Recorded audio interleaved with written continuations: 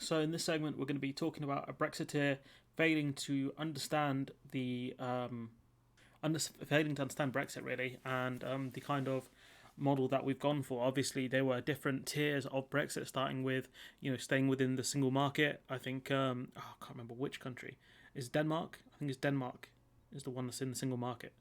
You've got the customs union, which is another lower tier, and then you have countries that have free trade deals, which are countries like obviously Japan and Canada, and then you have countries that have no trade deals or have bilateral agreements. So you got the USA. The UK falls into the one that has a free trade deal. And so what can we tell from that? When it comes to these sorts of deals, there are still customs and customs declarations and checks on products. So the free trade. This is Ben Habib. This is a former MEP and a ardent Brexiteer who says the trade and cooperation agreement was meant to be a free trade. For free trade, the EU can certainly freely access our market, but our exporters are blocked all the while the government seems unable to take action. When realistically, I think it's closer to we are more able to freely access the EU market because we don't do customs checks at the moment, whilst the EU, when they import British products, they have to do customs checks. So his argument is flawed from the jump. But if we actually look at the article, I know it's the Express, my ad blocker's on, okay, ad blocker's on, okay, just forgive me, okay, I do this so you do not have to. Boris Johnson is asleep on the job. Brexit fury as EU bans UK shellfish, eggs, potatoes, and meat. And obviously, the thing that, as obviously people on the channel have pointed out here, the UK are the ones who pushed for a shellfish ban unless the shellfish have been purified or they're from grade A waters. So this is what the UK did whilst we were a member of the EU, and this is what happens when you're a third country. So this kind of stupidity here is very, very stupid. I know I've said the word, it didn't make sense fully what I said there, but you understand what I'm trying to say, which is that these guys are very dumb because they push for Brexit, they push for being out of the single market. This is the reality of being a third country. The EU has banned these products, but they banned these products for all three third-party countries. The only difference is now we are a third-party country. That's the only difference. We have fallen foul of the rules because we have chosen to put ourselves outside of the rules. Does that make sense? Clearly, to people like Ben Habib, it hasn't. So Brexiteer Ben Habib has accused Boris Johnson of being asleep on the job in the blistering attack after it was revealed a large number of agriculture exporters are currently unable to get their products into Europe as a result of post-Brexit trade deal. That's also something we're going to be talking about. There's an FTA article talking about stuff like that. So former Brexit Party MEP Mr. Habib stressed Brussels was treating the UK with contempt as he urged Boris Johnson. We'll talk about why his argument is stupid towards the next part of the video. All right, so just bear with me here. I know people are jumping in the comments already, but just patience, my friends, patience. So the UK with contempt as he urged Mr. Johnson to pull the plug on the lousy agreement. This lousy agreement which stops us paying tariffs and stops quotas. But these are the people who pushed for the CETA style deal, and now they've gotten the CETA style deal. Realise how bad a CETA style deal is. So the UK is currently banned from exporting untreated shellfish to the continent, while the EU Commission confirming the rules were permanent. The EU were, I think, at one point they were going to repeal they were thinking about changing the rules, but decided not to, and the British government banked on the EU changing the rules. So that's, again, it's on us for gambling this, just like we're gambling on the EU giving us equivalency. They don't have to. It's their club. They can do what they want. With the European Commission confirming the rules were permanent despite previous assurances by DEFRA they would be phased out after April. And the question we need to ask ourselves is what authority does DEFRA have to tell us what decision the EU are or will not make?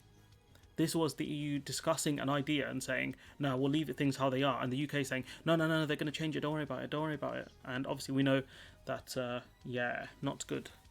However, an investigation by the Politico website indicate other sectors are also impacted. Shock, including chilled meat such as sausages, ground meat and burgers, seed potatoes and ungraded eggs. In other words, eggs which are not of sufficient quality to be sent to packing centres for grading. So, I mean, again, these are things we've talked about on the channel, where these are what the bans were prior to Brexit.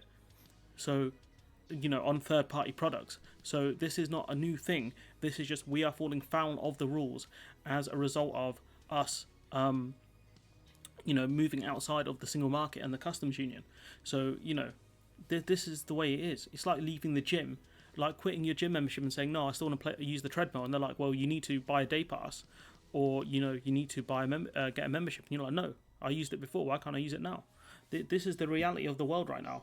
These people are so thick, they don't get it. Mr. Habib, who is the chairman of new media channel Unlocked UK as well as Brexit Watch, was deeply unimpressed. He told Express.co.uk the Prime Minister sold the trade and cooperation agreement as a free trade agreement. It is a free trade agreement. There are no quotas, or there are no tariffs. There are no tariffs. Like, these people fundamentally do not understand what a free trade agreement is. In reality, what we got was an agreement which allows the EU to freely sell its goods into our markets, but for our goods to be unable to get into the EU. And the thing is, the EU goods can get into this country without customs checks and rules of origin. Do you know why? Because we're not doing them, bro. We're not doing those checks. That's on us. That's on us. It's not the EU saying, oh yeah, we're going to do custom checks and you can't do custom checks. It's Michael Gove not having the customs agents to be able to do proper customs checks. It's us not having the border facilities to be able to do customs checks. The EU, because it's such a large entity, can have multiple ports of entry. You've got Rotterdam and Calais, amongst other places. They could have created more points of entry if they really wanted to. We're limited because we're a much smaller entity than them. Like, these people, man, like, I can see why a lot of people on the continent and a lot of people who understood the EU a lot better were just annoyed at the conversation about Brexit, because these people are not in reality. And the more I kind of read and learn about this stuff, the more I realise that these people are thick, or they choose to be ignorant, because it's not hard to learn about these things, and we'll be talking about them in a few minutes. But these are things that are not hard to learn about. Even me, I could learn about these things. I'm not very bright. It's not very hard. Honestly, moreover, so we'll go back to the article here. In reality, what we got was an agreement. Oh, we mentioned that. Moreover, Michael Gove unilaterally waived all import declarations for imports coming in from Europe for the next 6 months of 2021. The EU's response to that generosity: we didn't do it because we're generous, you prick. We did it. We did it because we don't have the facilities to do it. We don't have the facilities to do it. Was to regard our goods with the greatest suspicion. That they haven't. The EU have given us some grace periods and stuff like that. The checks are not as aggressive as they have to be. They have given us some leeway, and we'll be talking about that in the future. But this guy, he's so stupid. He's saying that, oh, the EU were nice. We're not doing customs checks. We're not doing customs checks because we don't have the facilities to do it. Like Big Shaq said, big man, do you have the facilities for that, though? And then Michael Gove was like, no, Big Shaq, I don't have the facilities to do that, so we're not going to do it. This is so stupid. Also, if the EU did this, they might fall foul of most favorable nations from the World Trade Organization. So this man's a dodo brain. Let's not get it twisted now. My man's a dodo brain. It would be farcical, but for the seriousness of the matter, that the EU can fish in our waters unfettered and take back to the continent wherever it likes. That was agreed in the deal. Whereas our fish we catch in our own waters are prohibited from entering the EU. I mean, they're not. They're just checked and made sure that they fall under EU standards. Referring to the ongoing export restrictions, he added, as ever, the EU is treating the UK with contempt. Like, this is how third countries are treated, bro. These were always the rules. In fact, the UK made it harder for shellfish. The UK were one of the ones who pushed for putting sort of stricter tests on things like shellfish entering the EU. Like, are you tapped? Honestly, as ever, these people are frauds. The TCA, that's the Brexit trade deal, is a lousy agreement, and the sooner the Prime Minister wakes up to that and takes action is the better. What do you want him to do? Speaking about the current situation, a spokesman for the British Meat Processors Association, the BMPA, that's a cool acronym, I like that, Bumpa, said, in order to access the EU single market, health export certificates require frozen meat products to be kept at temperatures below 18°C. The new restrictions are likely to have an impact on retail sales into Ireland, the spokesperson warned. He added, as a member of the EU, we are not subject to this, but we are now. So, that's the statement right there. As a member of the EU, we were not subject to this, but we are now. We chose to leave the EU. The EU did not push us out. So this argument that this MP something Ben Habib is making is completely false. Businesses will likely move some production away from Great Britain and into plants in the EU, something we've discussed before. When news of indefinite raw shellfish bans emerged last month, Rob Benson, a co-director of Kingfisher Seafoods, based in Borough in Furness, Cumbria, said his company would have to invest 1 million in processing equipment, packaging, and labelling, something it could not afford to do.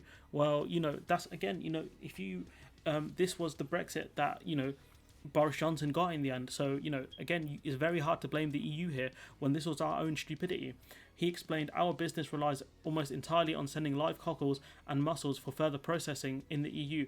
Our sales have dropped off a cliff since the 31st of December. We are bracing ourselves to keep going until April, but this news has all but destroyed any hope we had in the future. Well, do you know what I mean? Like, this is the reality of the situation, and Brexit, I feel sorry for this man.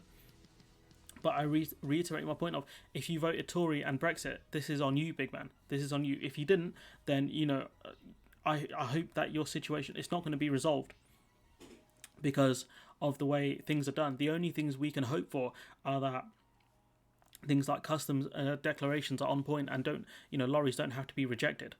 That's the only things we can hope for here. Because if we don't enter the single market or the customs union, this is the reality of our situation.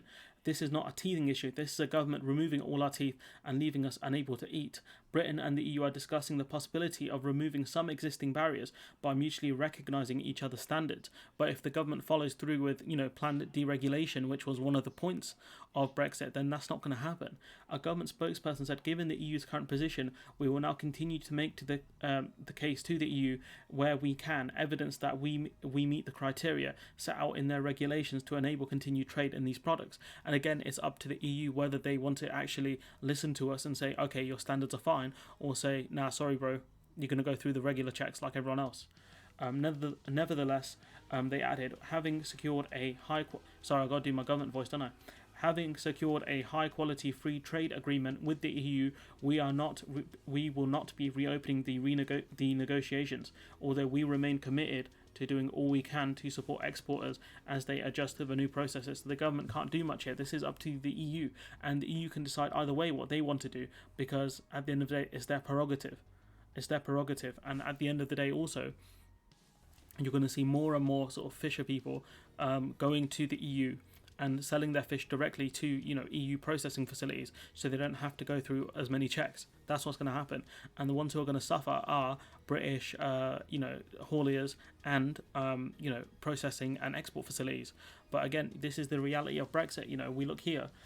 This is what Boris Johnson pushed for: two kinds of trade deal: an Australia trade deal, which is a myth, and a Canada-style trade deal. So for some reason, the BBC didn't actually use the specific words customs checks and declarations, which is very stupid of the BBC. And this is one of the reasons why the BBC doesn't do the best job it could possibly do.